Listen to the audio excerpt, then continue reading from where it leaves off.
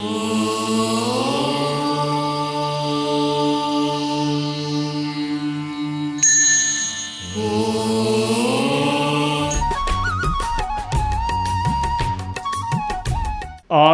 वाङ्मय में कहा गया है,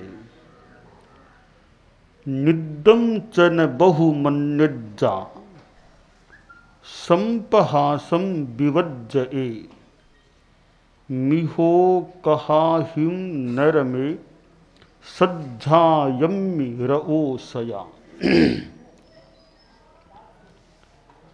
शास्त्रकार ने 4 शिक्षा पद बताए हैं। पहला शिक्षा पद, निद्दम च न बहुमन्यज्जा, नींद को बहुमान नहीं देना चाहिए। आवश्यकतावश नींद लेनी होती है, विश्राम करना होता है, तो विश्राम तो करना होता है, नींद लेनी होती है, तो नींद को ज़्यादा सम्मान बहुमान नहीं देना चाहिए, नींद से ज़्यादा प्रेम नहीं करना चाहिए, नींद का सुख भोगने की इच्छा ज़्यादा नहीं रखनी चाहिए। क्योंकि ये ज़्यादा नींद और आलस्य है, यह है विकास में बाधा है। आलस्यम ही मनुष्याणाम शरीरस्थो महारिपुः। आलस्य मनुष्यों का महान शत्रु है, और जो मनुष्यों के शरीरों में ही रहने वाला है, रहता भी शरीर में है, नुकसान भी आदमी का करता है। जिस पेड़ पर रहना उसी की शाखा को काटना, जिस शरीर में रहता है उसी का नुकसान करता है। तो आलस्य से आदमी को बचना चाहिए। हालांकि आलस्य बहुत ज़्यादा खराब तो मुझे नहीं लगता, कुछ खराब है। कुछ खराब इसलिए कि आलस्य होने से ज़्यादा विकास में बाधा मान लें, अच्छा काम नहीं कर पाएंगे, और तो कोई नुकसान नहीं है। एक आदमी दूसरों का बुरा करता है, चोरियां करता है, हत्या करता है, मारता है, ऐसा काम करता है, उसकी अपेक्षा तो आलस्य करना ज़्यादा ठीक है। कम से कम आदमी बुरा काम तो ऐसा नहीं करे, पड़ा रहेगा बस, और तो कोई नुकसान नहीं है। प्रश्न किया गया भगवान महावीर से श्राविका जयंती द्वारा कि जीवों का सोना अच्छा है या जागना अच्छा। भगवान महावीर ने कहा कई जीवों का सोना अच्छा है, कईयों का जागना अच्छा है। कैसे कैसे क्या? जो जीव पापी हैं, हिंसक हैं, झूठ ऐसे पाप करने वाले हैं, उनका सोया रहना अच्छा है, पाप नहीं करेंगे। जो धर्मी हैं, अच्छा काम करने वाले, उनका जागना अच्छा, वे जागेंगे तो अच्छा काम करेंगे। एक मंत्री जी थे, कुछ उम्र भी आ गई थी, और एक दिन कोई हार्ट अटैक आ गया था। तत्काल उनको हॉस्पिटल में भर्ती करा दिया गया, इलाज हो गया, ठीक स्वस्थ भी हो गए। पर मन में आया, रे ऐसे शरीर में क्या हो जाए, तो मुझे अब जिंदगी में धर्म करना चाहिए। तो एक सन्यासी जिनसे उनका संपर्क था, गुरुजी उनको कहा करते थे, उनके पास मंत्री जी गए। बोले गुरुजी, इस बार हार्ट में तकलीफ हो गई थी, अब मेरे मन में धर्म करने की भावना जागी है, आप कोई मुझे मंत्र बताओ, उसका मैं पाठ करता रहूं। सन्यासी जी बोले मंत्री जी, आपके लिए तो एक बढ़िया मंत्र है, खूब नींद लिया करो, सोया करो। कि महाराज जी यह क्या बता दिया, सोया करो, नींद लिया करो, यह कोई मंत्र है क्या? आप मजाक करते हो क्या? तो मंत्री जी मजाक मान लो भले आप, ऐसे मजाक है भी, पर मजाक में भी कुछ सार भी है। मैंने इसलिए कह दिया कि सोया करो, नींद लिया करो, क्योंकि मैं आपको बचपन से जानता हूँ। आपको नहीं, आपके पिता दादा को भी मैं जानता हूँ। आप जागते रहोगे तो कहीं घोटाले करोगे, इसलिए खूब सोया करो, घोटाले नहीं होंगे। अर्थात कई जीवों का सोना अच्छा, कई जीवों का जागना अच्छा है। तो नींद को बहुमान नहीं दे, विकास करना है तो आवश्यक नींद तो लेनी है। ज्यादा नींद को प्रेम नहीं देना चाहिए, बहुमान नहीं देना चाहिए। दूसरा शिक्षा पद है संपहासम विवज्जये। संप्रहास, ज्यादा अट्टहास, ज्यादा हंसी वो नहीं करना चाहिए, ज्यादा नहीं हंसना चाहिए। थोड़ा तो मान ले ठीक, आदमी हंस जाता है, ज्यादा हंसना नहीं होना चाहिए। वो भी बात बात में हंसना, हंसी मजाक ज्यादा करना, इससे क्या होता है, आदमी का स्तर थोड़ा हल्का हो जाता है, नीचा हो जाता है। ज्यादा हंसी मजाक में रहता है तो वो उच्चता की अपेक्षा आदमी थोड़ा नीचे के स्तर पर आ जाता है। जो अच्छा काम करेगा, कुछ गहराई में जाएगा, उसकी गरिमा बढ़ती है। हंसी मजाक में ज़्यादा रहता है, उसकी उस तुलना में गरिमा कम हो जाती है। हंसिया नहीं होशियार, हंसियाँ हलकाई हुए, हंसियाँ दोष अपार, गुण जावे गहलो बचे आश्रय। कि हंसने से हलकाई हो जाती है, लोग उसे गला गला, गला आदमी है, गला गला कह देते हैं। तो ज्यादा हंसी मजाक, अट्टहास, संप्रहास और छिछले स्तर का हंसी मजाक, उससे आदमी को बचना चाहिए। तीसरा शिक्षा पद है मिहो कहा हिम नर में। विद्यार्थी है, ज्ञानाराधक है, उसको मैथुन कथा में रस नहीं लेना चाहिए और आपसी बातों में भी ज्यादा रस नहीं लेना चाहिए। काम कथा और बेकार बातों में रस लेने वाला विद्यार्थी ज्ञान से कुछ वंचित रह सकता है। चौथा शिक्षा पद है सज्जायम्य रओ सया। सदा स्वाध्याय में रत रहो। सदा मतलब उचित समय पर स्वाध्याय में लगे रहो, पढ़ो, ज्ञानार्जन करो।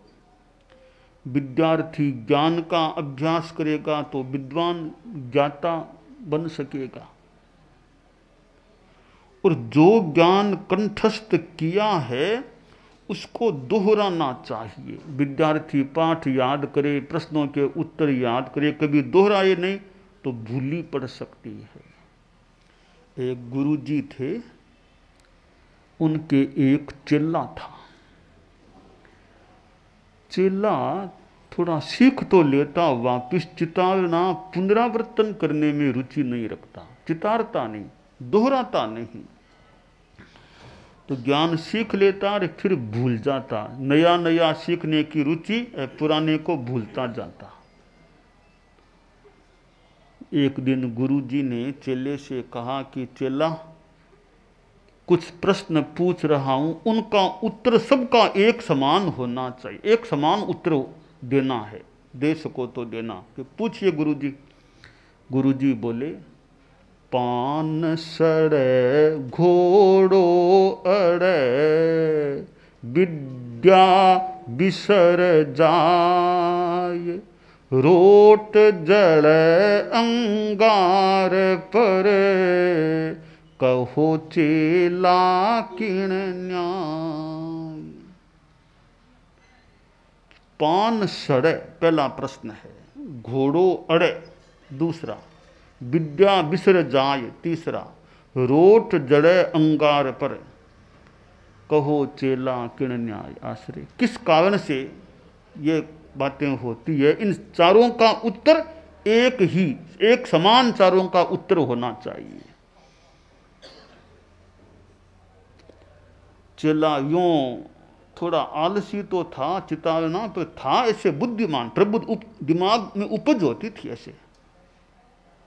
का गुरुदेव इसका तो एक ही उत्तर, चारों का उत्तर एक ही है। बोलो क्या उत्तर है? फेरी नहीं, फेरी नहीं, फेरी नहीं, फेरी नहीं। क्या मतलब? पान सड़े, पान है वो सड़ जाते, क्यों?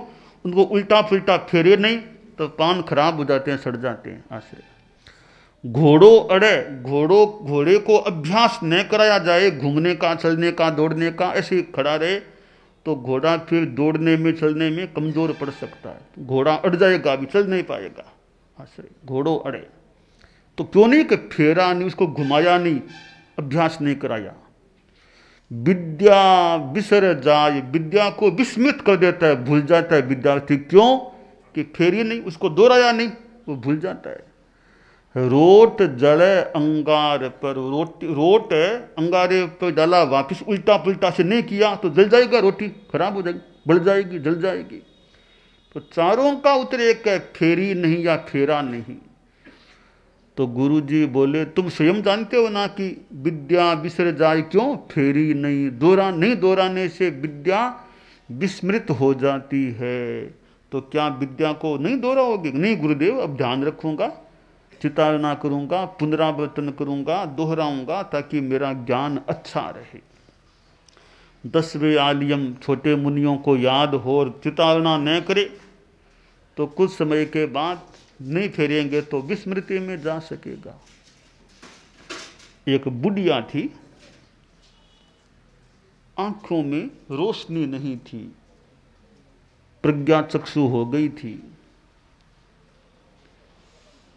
तो कहा भी मैं भी कुछ काम करूं, काम करूं। घर वाले बोले कुछ काम कर, दादी कुछ काम कर दिया करो। बोले कि क्या काम करूं? कि ये एक रस्सी को बनाओ, रस्सी बना दिया करो। तो बुढ़िया बैठी, रस्सी थोड़ी बना बना करके एक तरफ रख रही थी। उधर कोई पांडा, भैंस का वो पांडा बैठा था। जो बुढ़िया वो रस्सी इधर रखती, पांडा उसे खा जाता। बुढ़िया बनाती जाती, रे पांडा खाता जाता। घर के लोग गए कि बुढ़िया क्या किया कि इतना मैं इतनी रस्सी बना दी ना, है कहाँ? है कहाँ? सारा पांडा खा गया। पांडा पास में बैठा था।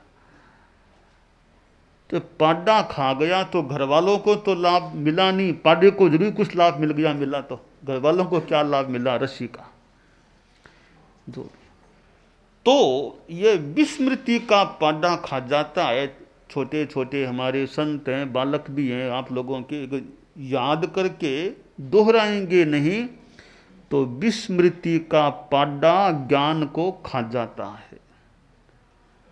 अगर बचपन में अच्छा दोहराना हो जाए, बाद में तो दोहराना छोड़ने पर भी कुछ बातें दिमाग में जम जाती है। बाद में इतना चितावना नहीं भी करे, जम जाती है। कई वर्षों तक चितावना न करे तो वो ज्ञान की बातें जा सकती हैं। गुरुदेव तुलसी ने कितना ज्ञान कंठस्थ किया था। आचार्य महाप्रज्ञ जी ने विद्यार्थी काल में कितना ज्ञान कंठस्थ किया। हजारों श्लोक प्रमाण, गाथा प्रमाण ज्ञान याद किया था। संस्कृत का क्या, प्राकृत क्या और क्या, कितना याद किया होगा।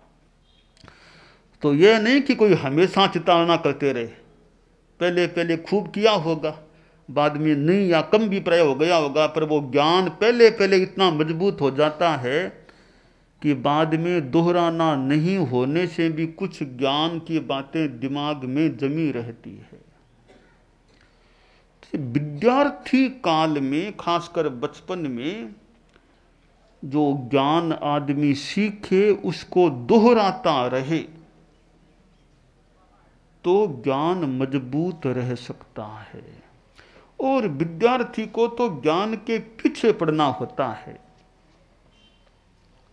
अब व्याकरण के लिए कहा गया, व्याकरण तो अलूणी शिला है, अलूणी शिला।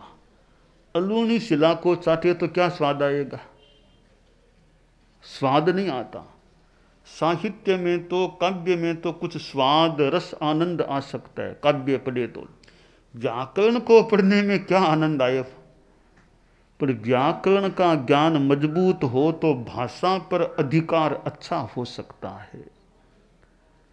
तो व्याकरण में आनंद भले न आए, पर व्याकरण से ज्ञान बड़ा स्पष्ट हो जाता है। खान पान सब ही तजय, निश्चय मांडे मरण, घो ची पूली करतो रहे, जद आवे व्याकरण। खान पान में ज़्यादा रस न ले, वो तो समय पर करना होता है, बाकी उसमें ज़्यादा रुचि, ज़्यादा तड़का, वो तलवा आदि आदि खाने में रस न ले, खान पान कभी छोड़ भी दे। निश्चय मांडे मरण, उसके पीछे पड़ जाए, मुझे करना है, करना है। चार चीजें, घो ची पू ली। घो घोकना, रटना, रटो। ची चितालना, दोहराना। पू पूछना, गुरु से पूछना। ली लिखना। ये चारों चलती रहे, चारों चीजें, जद आवे व्याकरण, तब व्याकरण का ज्ञान प्राप्त हो सकता है। तो फिर संस्कृत की व्याकरण है, वो अगर याद हो जाए, कंठस्थ हो जाए, हमारे यहाँ कालू कौमुदी के रूप में संस्कृत की व्याकरण है। फिर बड़ी में जाएं तो श्री भिक्षु शब्दानुशासनम नाम की बड़ी व्याकरण है संस्कृत की, बहुत बड़ी व्याकरण है। बहुत नियम है संस्कृत भाषा के उसमें कि शब्द कैसे बना, यह व्याकरण से ज्ञान होता है। कह दिया जिन्हें हैं, रामे हैं, रामे बना कैसे, रामे बना कैसे, यह ज्ञान व्याकरण से मिलता है।